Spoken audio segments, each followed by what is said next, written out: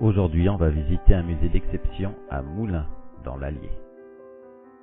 C'est Anne de Beaujeu, fille de Louis XI, nommée également Anne de France, et son époux Pierre de Bourbon, nommé également Pierre de Beaujeu, qui firent construire à côté du château des Bourbons à Moulins, dans l'Allier, ce superbe bâtiment vers l'an 1500, considéré d'ailleurs comme le premier de style Renaissance française. C'est ces deux mêmes illustres personnages que l'on peut voir sur le triptyque, la fameuse peinture de renommée mondiale admirable à la cathédrale de Moulins. On peut d'ailleurs admirer sur la façade certains signes des emblèmes des Bourbons, comme le chardon, la ceinture d'espérance ou le cerf ailé. Ce bâtiment fermait la grande cour du château médiéval construit par Louis II.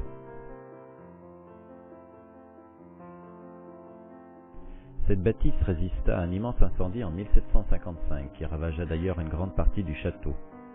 Puis à la Révolution française, la plus grande partie du domaine fut vendue par morceaux. Dès la fin du XIXe siècle, le bâtiment abrite la gendarmerie de Moulins. Mais un homme, Marie-Louis Mantin, moulinois de naissance, ancien avocat, ancien sous-préfet et grand collectionneur, avait toujours rêvé de réunir les deux collections, celle du musée départemental et celle du musée municipal, alors présent à l'hôtel de ville, dans un immense bâtiment, et d'y joindre une partie de sa propre collection, acquise au fil de sa vie aux quatre coins du monde.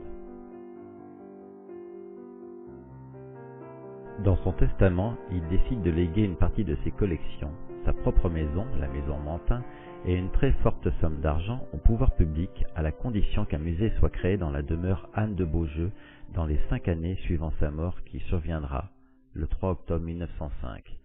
Sinon, le legs sera considéré comme caduc. La gendarmerie est donc tout simplement transférée en 1907 et le musée ouvre ses portes avant le terme, soit le 5 juin 1910.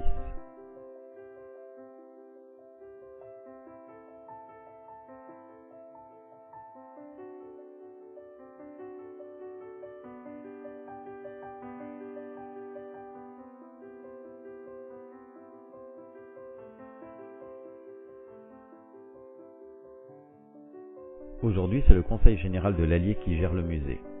La collection est composée de dons, d'achats et de dépôts de l'État, et bien sûr des collections d'origine départementale, municipale ou de Louis Mantin. Le musée Anne de Beaujeu renfermerait plus de 20 000 œuvres, dont une partie seulement serait visible aux visiteurs pour diverses raisons comme la conservation, le manque de place, etc. Les objets présentés aux visiteurs tournent autour de 5 thèmes: l'archéologie, les Bourbons, les peintures germaniques et flamandes du XVe et XVIe siècle, les arts décoratifs de Moulins du XVIIIe siècle et les peintures et sculptures du XIXe siècle.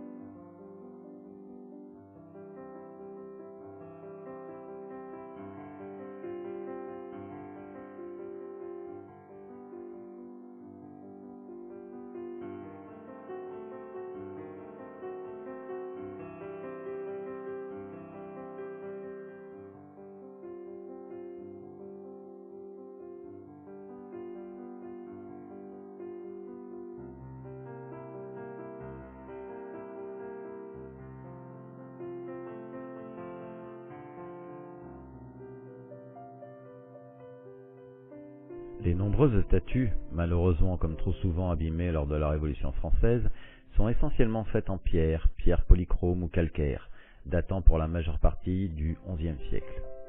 On peut contempler des statues de Sainte Barbe, d'une vierge portant un enfant, ou de personnages royaux, supposés être Saint Louis ou Louis XII.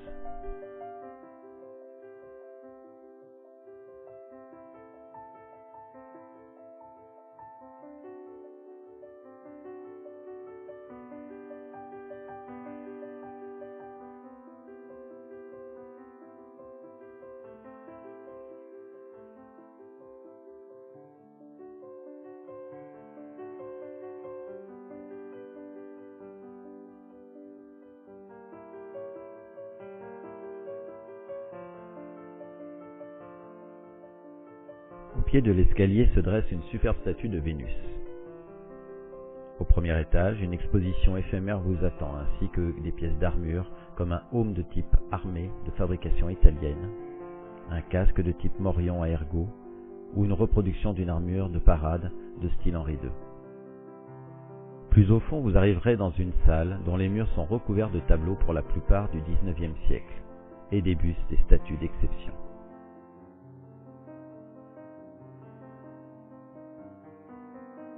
Même si ce musée peut paraître petit au premier abord, il est néanmoins très riche. Et le plus, c'est qu'en vous acquittant du droit de visite, vous pourrez aussi choisir de visiter la maison Mantin, demeure de Louis Mantin, se trouvant juste à côté. De quoi passer plusieurs heures à admirer des œuvres d'art qui font la richesse de l'histoire.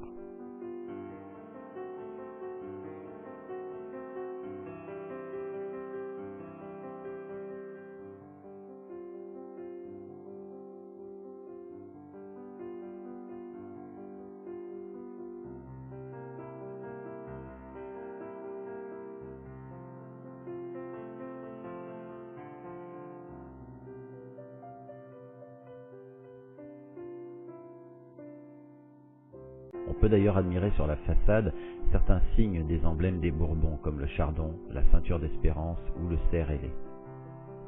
Ce bâtiment fermait la grande cour du château médiéval construit par Louis II.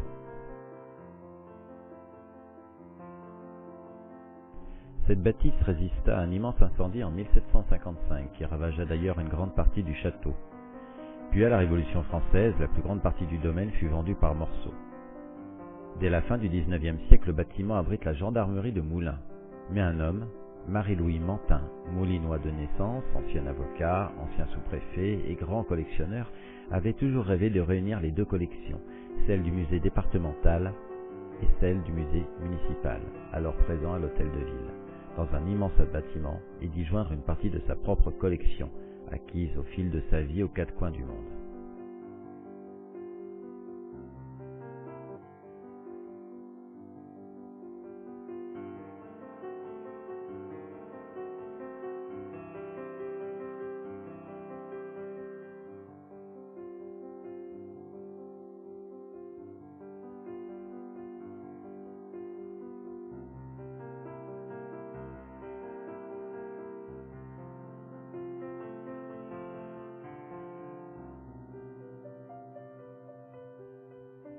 Les nombreuses statues, malheureusement comme trop souvent abîmées lors de la Révolution française, sont essentiellement faites en pierre polychrome ou calcaire, datant pour la majeure partie du XIe siècle.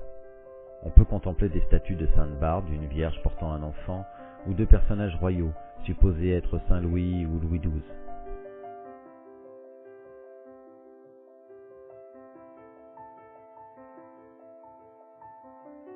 Dans son testament, il décide de léguer une partie de ses collections, sa propre maison, la maison Mantin, et une très forte somme d'argent au pouvoir public, à la condition qu'un musée soit créé dans la demeure Anne de Beaujeu dans les 5 années suivant sa mort qui surviendra le 3 octobre 1905. Sinon, le legs sera considéré comme caduc. La gendarmerie est donc tout simplement transférée en 1907 et le musée ouvre ses portes avant le terme, soit le 5 juin 1910.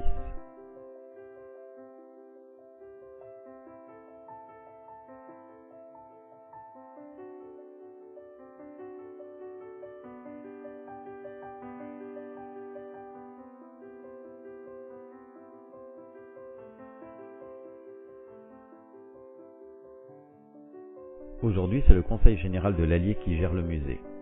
La collection est composée de dons, d'achats.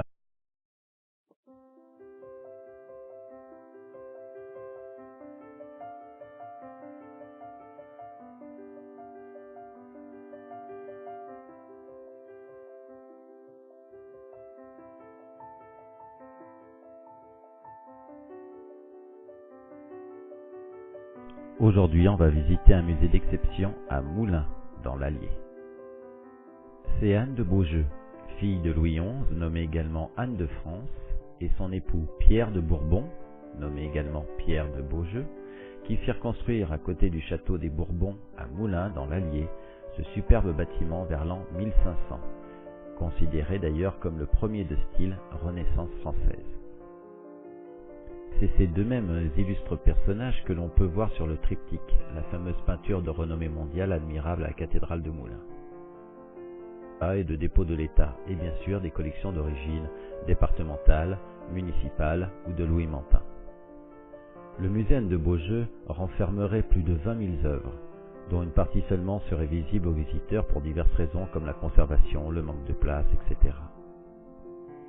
Les objets présentés aux visiteurs tournent autour de 5 thèmes: l'archéologie, les Bourbons, les peintures germaniques et flamandes du XVe et XVIe siècle, les arts décoratifs de Moulins du XVIIIe siècle et les peintures et sculptures du XIXe siècle.